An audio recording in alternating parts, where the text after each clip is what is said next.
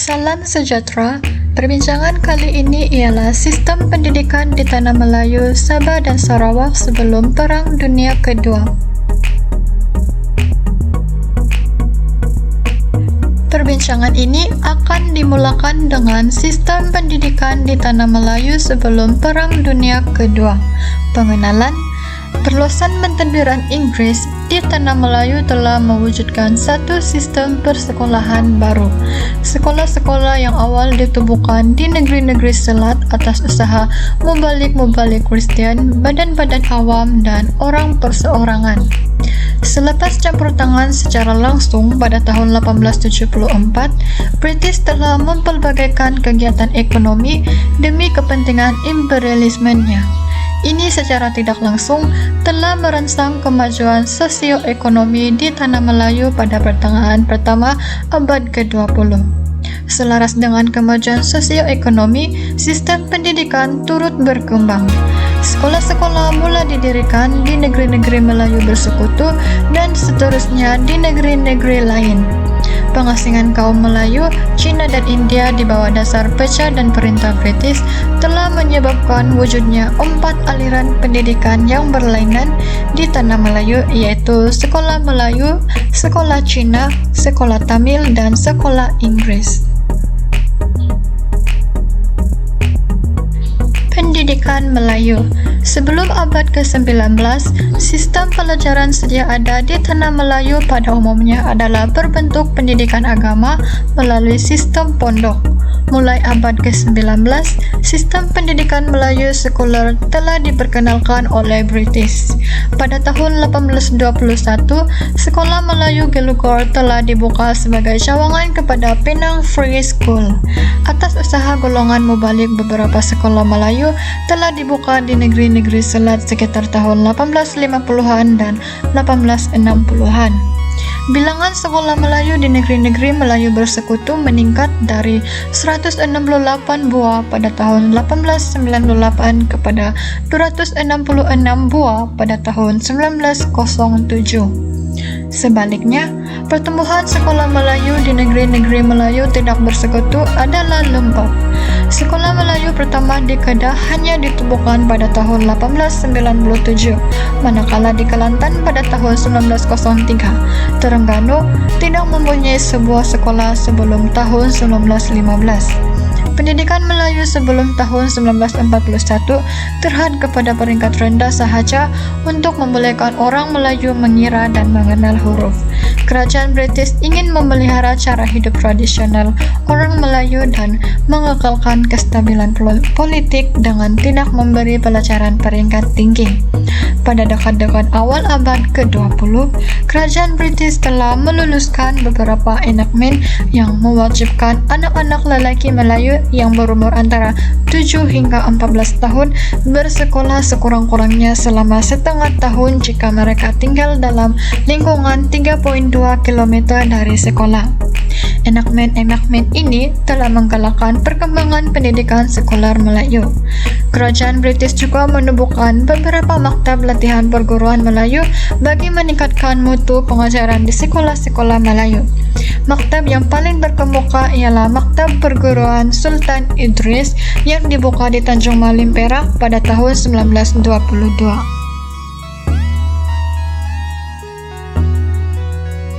Pendidikan Cina. Pendidikan Cina di Tanah Melayu pada awalnya dipelopori oleh mubalik Kristian.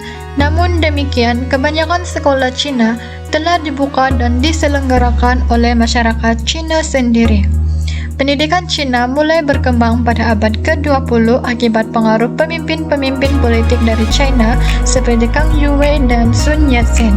Sekolah-sekolah berdasarkan fahaman Konfusius dan sains modern mulai dibuka di Tanah Melayu dan Singapura. Di antara tahun-tahun 1911 hingga 1919, lebih 50 buah sekolah Cina telah dibuka di Tanah Melayu. Guru-guru dan buku teks dibawa dari China. Di setengah-setengah sekolah, perkembangan politik di negara China dimasukkan dalam sukatan pelajaran. Mulai tahun 1920, bahasa Mandarin Kuyu digunakan sebagai bahasa pengantar di sekolah Cina. Ini adalah selaras dengan perkembangan di China di mana Mandarin dijadikan bahasa kebangsaan. Pada tahap awal, kerajaan British membenarkan sekolah-sekolah Cina berkembang dengan bebas. British tidak membantu atau mengawal sekolah Cina. Namun, pada tahun 1920, kerajaan British telah meluluskan undang-undang buruh untuk menguasai sekolah-sekolah Cina. Ini karena sekolah Cina telah mulai diresapi oleh agen-agen komunis dari negara China. Kerajaan British mula memberi bantuan keuangan kepada sekolah-sekolah Cina pada tahun 1923. Seorang nazir sekolah Cina telah dilantik untuk mengawasi perkembangan sekolah Cina. Sekolah Cina menyediakan belajar rendah selama 6 tahun, menengah rendah selama 3 tahun, dan menengah atas selama 3 tahun.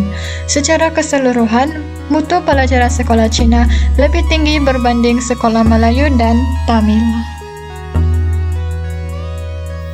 Pendidikan Tamil. Mulai tahun 1870, sekolah-sekolah kecil telah dibuka di ladang-ladang di mana penduduk India memerlukan pelajaran bagi anak-anak mereka. Kebanyakan sekolah ini diusahakan oleh pihak persendirian. Sebaliknya, kerajaan British ketika itu menganggap tidak perlu memberi pelajaran kepada anak-anak buruh Tamil yang berhijrah masuk. Pada tahun 1905, terdapat 13 buah sekolah Tamil kerajaan dan 4 buah sekolah Tamil persendirian di negeri-negeri Melayu bersekutu. Pada tahun 1912, kerajaan British menguatkuasakan undang-undang buruh yang mewajibkan pihak pengurusan ladang mendirikan sebuah sekolah sekiranya terdapat lebih daripada 10 orang anak buruh yang berumur di antara 7 hingga 14 tahun. Sekolah-sekolah ini hendaklah dibiayai oleh pihak pengurusan ladang. Sekolah-sekolah Tamil di ladang hanya memberi pelajaran rendah selama 4 hingga 5 tahun. Buku-buku dibawa dari India dan mutu pendidikannya adalah rendah. Bagaimanapun, mutu sekolah-sekolah Tamil di bandar yang ditemukan oleh persatuan-persatuan India lebih tinggi. Menjelang 1930-an, kerajaan British mula membantu sekolah Tamil dengan memberi peruntukan keuangan dan melantik seorang nazir berbangsa Eropa.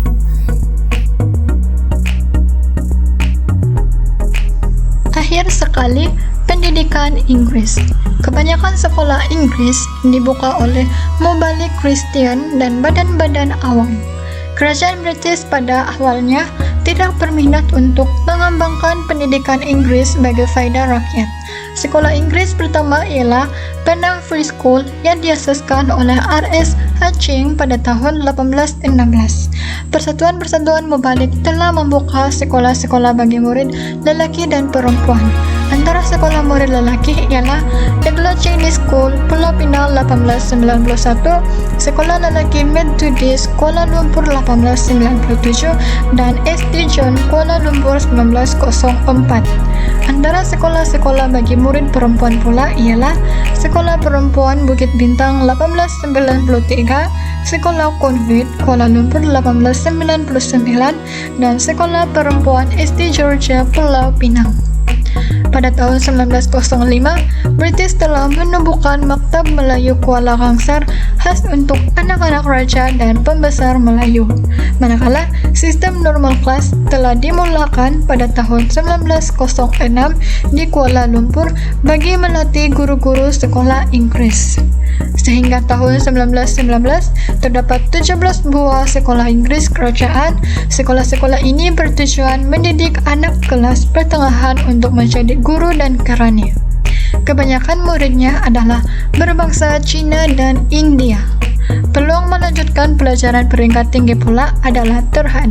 Ia hanya ditawarkan di Maktab Perubatan King Edward VII Singapura 1905, Raffles Institution Singapura 1929, Maktab Teknik 1904, dan Maktab Pertanian Serdang 1931. Perbincangan yang seterusnya ialah sistem pendidikan di Sabah sebelum Perang Dunia Kedua. Pada awalnya, Sekolah-sekolah di Sabah diusahakan oleh Mubalik Kristen, antaranya sebuah sekolah Inggris yang dibuka oleh Gereja Katolik di Sandakan pada tahun 1883. Menjelang tahun 1927, terdapat 23 buah sekolah Mubalik di Sabah. Sekolah-sekolah ini kemudiannya mendapat bantuan kerajaan. Jabatan pelajaran ditubuhkan untuk mengawasi perkembangan sekolah-sekolah di negara itu. Sekolah-sekolah kerajaan juga mulai dibuka, tetapi perkembangannya agak lambat. Pada tahun 1921, sekolah rendah Melayu yang pertama dibuka. Menjelang tahun 1941, hanya terdapat 28 buah sekolah kerajaan dengan bilangan murid-murid seramai 1.500 orang. Perkembangan sekolah Mubalik ternyata lebih berjaya dengan 52 sekolah Mubalik pada tahun 1940. Terdapat juga sekolah yang didirikan oleh orang perseorangan, terutamanya kaum Cina. Menjelang tahun 1950-an, terdapat 3 bentuk sekolah di Sabah, antaranya sekolah yang dibiayai sendiri oleh rakyat. Seterusnya, sekolah yang diusahakan oleh badan-badan Mubalik terbuka kepada semua kaum dan dikenakan bayaran iuran. Selain itu, sekolah yang didirikan oleh masyarakat Cina yang ditadbir oleh sebuah jawatan kuasa tertentu. Akibatnya, perkembangan ini wujud 3 sistem persekolahan di Sabah, yaitu sekolah rakyat, sekolah Mubalik Kristen, dan sekolah persendirian Cina. Bagi memenuhi keperluan guru terlatih, maktab perguruan Ken dibuka di Tuaran pada tahun 1952 untuk memberi latihan kepada bakal-bakal guru di Sabah. Perbincangan yang terakhir ialah sistem pendidikan di Sarawak sebelum Perang Dunia Kedua. Perkembangan pendidikan di Sarawak bermula dengan kelas mengaji Al-Quran. Anak-anak pembesar Melayu dihantar untuk mempelajari bahasa Arab dan Melayu. Sekolah rendah mulai didirikan pada 1883 dengan sekolah Inci Boyong menjadi sekolah Melayu bantuan kerajaan yang terawal. Penubuhan sekolah pada awalnya diusahakan oleh Mubalik Kristen dan Arab bersorangan seperti St. Joseph School dan St. Thomas School. Sebelum tercetusnya Perang Dunia Kedua, terdapat kira-kira 21.000 orang murid yang belajar di sekolah Sarawak. Sebahagian besarnya terdiri daripada keturunan Cina.